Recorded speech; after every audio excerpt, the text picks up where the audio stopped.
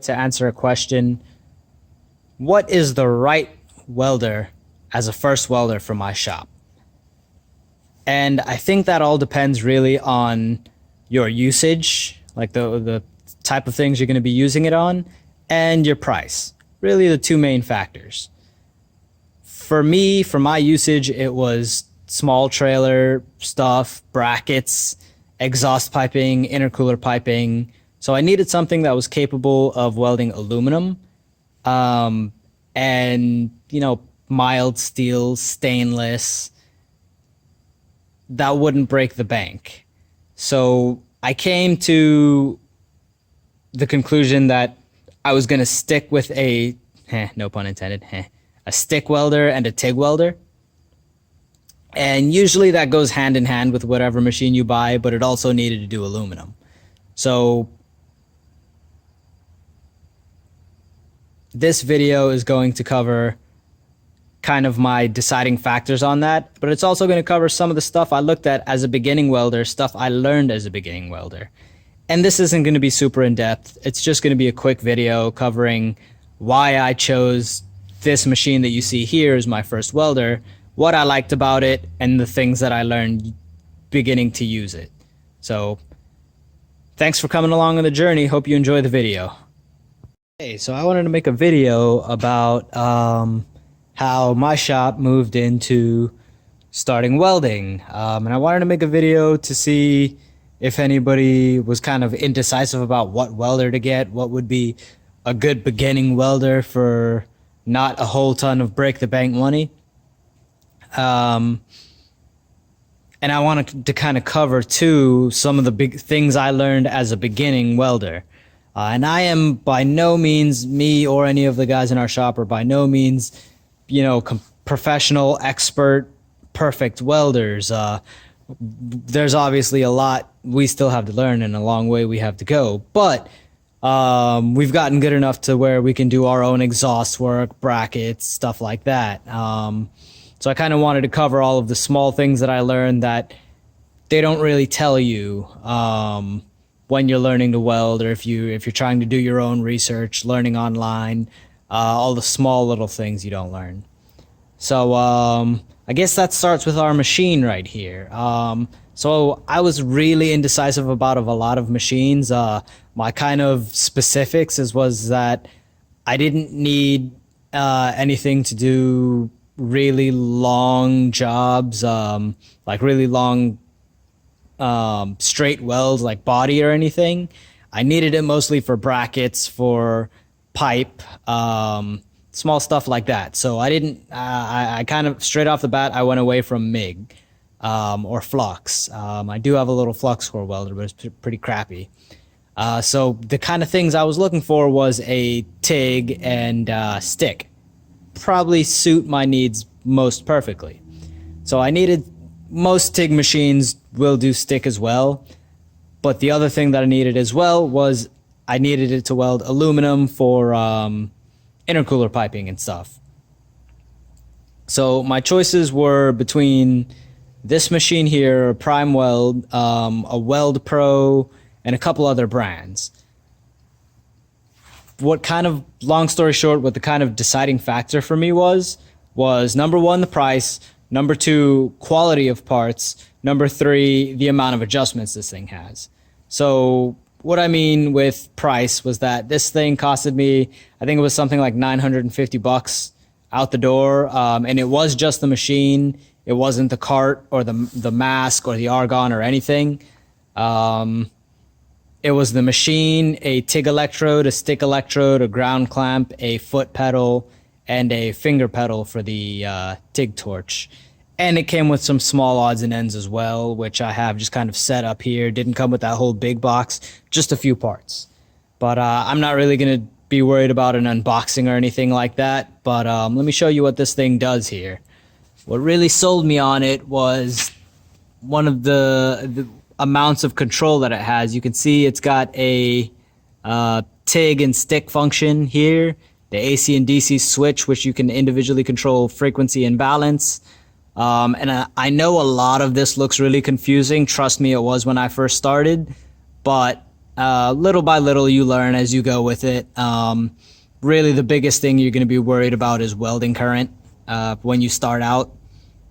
So everything else you'll pick up as you go, as you get a little bit more experienced with it. One thing that it doesn't tell you blatantly in the manual, there's kind of like one sentence, is when you are stick welding, disconnect this control device. Otherwise, it will limit your amperage coming through. But the other thing was the quality. One of the things that it came with, or the thing that it came with, the TIG torch here is a CK Worldwide, which I have to say the quality of this thing is amazing. I haven't had any issues with it at all. It's been welding great. I'm super impressed. I haven't really tried the finger trigger very much. I usually use the foot pedal, but it has been amazing. Now, as far as the capability of this thing, and excuse me for being a novice welder, but this here is a lot. This whole line right here is stick. So with the stick welder, if I come up pretty close, you can see it welds pretty well. And I've got some booger spots in here, but it's not doing too bad. This was me learning a while ago. And this side here is another weld. You can see it's got excellent penetration. Not a lot of spatter for this thing. It's really, really nice. And you can see here, we've only welded aluminum a couple times, so we're still beginning on it. But you can see we're not doing too bad. This machine is more than capable in the right hands to do aluminum very well. And this is, what, 1/8 of an inch thick? And it does great. Now, I highly, highly, highly recommend this specific welder here. It's the, let's see if I can get a shot of the part number. Maybe. Yeah, the TIG 225 AC/DC. They make a model that's the exact same thing that doesn't do AC, so it won't do aluminum. But this one specifically fit my needs perfectly. It goes up to, I think, 225 amps, which is way beyond what I need for what I'm welding. So it definitely covers all of my bases. I got this welding cart from Harbor Freight, and you can see it fits perfectly on it. Gloves from Harbor Freight. And I was going to buy some really expensive Lincoln or Miller welding mask, but the guy at my local welding supply store told me that a lot of his even seasoned professionals actually prefer the Harbor Freight one, this one right here. And I like it. It's been really great for me. So I really can't complain about that. And I definitely say, I recommend his take on it. Don't spend money where you don't need, especially because this is more so of a beginner welding unit. It's nothing crazy. Now, as far as the consumables and stuff you'll need for welding, the kit comes with a couple consumables in this kit right here.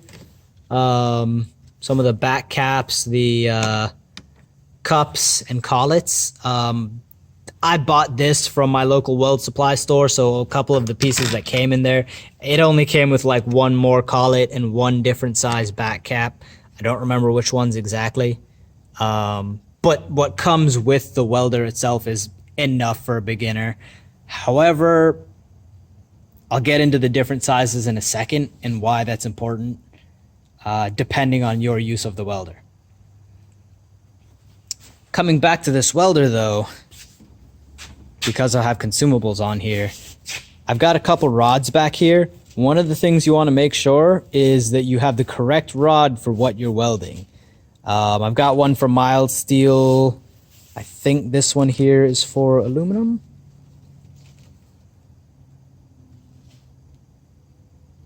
Yes, this one here is for aluminum. And then argon.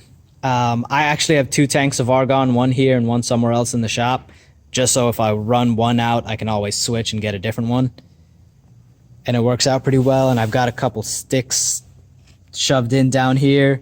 It comes with a little cheap wire brush, but I got this one from my local parts store because the wire brush that comes with it's pretty crappy. And that wire brush has a little hammer, but I bought another hammer as well for the stick welding part mostly. And it comes with a little stupid face mask shield, but it's pretty useless. All right, so the consumables, you have to make sure you have the right consumables for your job, and not only the right material consumable, but the right thickness.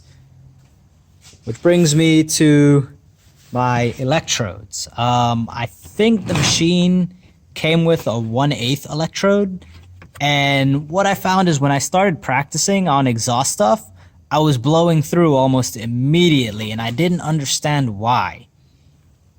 And it wasn't until I asked the good guys down at Magnagas here in Lakeland why that might be for a beginner welder, and he asked me what size electrode I was using, and I said, oh, I'm using a 1/8, and he kind of looked at me, he's like, and you're welding exhaust pipe, correct? I was like, yeah. And he's like, nah, it's because you're putting way too much power, way too much heat input into the material.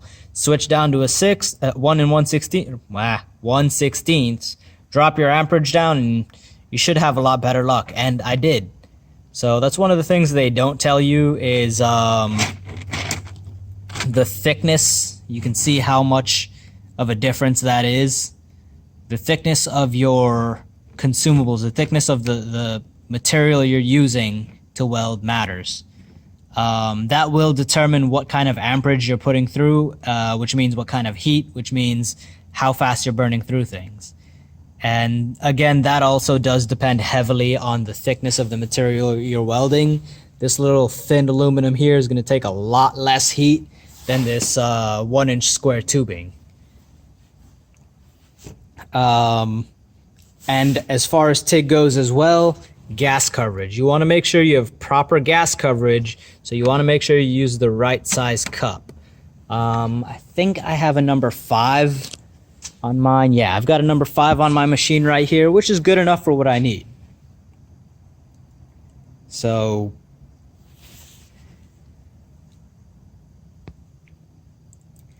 now the stick welding thing, realistically, you can use the dial to adjust your amperage.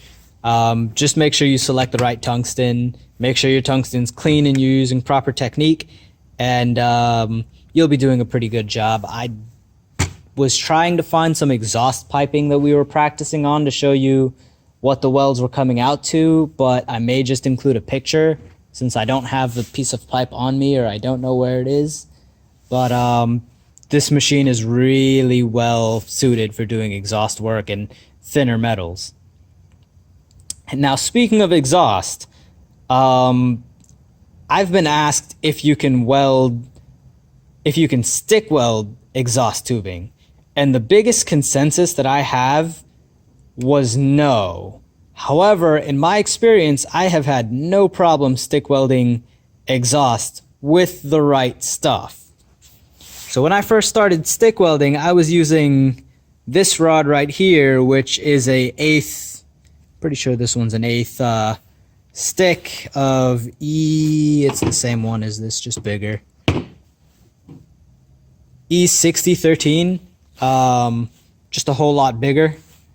And same thing, I was blowing through material right away, so I figured, no, it's impossible to stick weld thinner metals. But I went to Harbor Freight and picked me up, focus, some 1/16 rod E6013, and I gave a shot with this. And on stick, usually on the side of the box, it'll tell you about what amperage you can run with these sticks, 20 to 45 on these 1/16 rod. And this has been at about 25 to 35 amps. Perfect for stick welding exhaust pipe. I mean, perfect. So again, another lesson in using the right material. The right material for the right job. It's a very capable welder. I highly recommend it. As long as you get the right things for whatever job you're trying to do, this welder will get you by. So yeah, that kind of covers the things that I never was really told learning, and I haven't found any information on. More so has to do with, bottom line is the amount of heat you're putting into the material, but the factors that affect that, of course, is the machine settings. Secondly, though, is what you're welding with, because it's going to take a whole lot more amperage to come through a 1/8 rod than it is a 1/16. So the less amperage you need, the less heat you'll put into the material, which gives you a little bit easier time of welder, especially for a beginner like me. But this is our first step in our welding journey. We're moving on to fabricating intercooler pipings from exhaust stuff is what we started with, and we went for intercooler piping and small bracket stuff. I'm going to give a shot with this machine since I have these bigger 1/8 rod on welding some fender covers for my trailer and stuff. So hopefully that'll be coming in the future. I don't know when I'm going to do that. We're in the middle of a big move in the shop, so I'll have a video of the new shop, and I hope to be a little bit more active on YouTube, share a little of my experience being a beginner welder, first thing, a beginning shop owner. This is my first business. I opened about a year and a half ago. I'm moving into a bigger shop and also doing different things. So I want to be a little bit more active on that. I hope you guys enjoy. If you do, like and subscribe would help me out a lot. I'll have some more videos. If you want to ask some questions about my welder, I'll make another video on anything that anyone's interested in. And yeah, hope you guys enjoyed the video. Thanks. Peace.